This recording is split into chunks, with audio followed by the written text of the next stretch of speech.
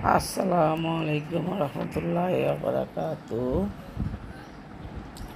আপনাদের মাঝে নিয়ে আসলাম কয়েকটি গাছ, যা দেখলে চোখ জুড়িয়ে যায়।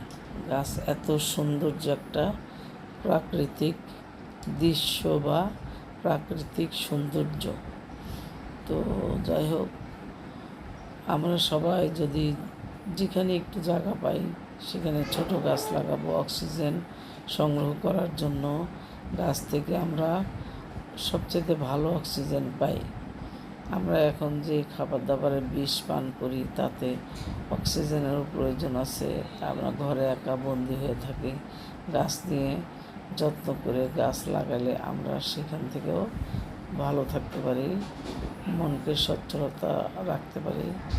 যাই হোক, যদি আপনাদের ভালো লাগে দেখে একটা কমেন্ট করবেন, গঠনমূলক কমেন্ট, একটা লাইক দিবেন।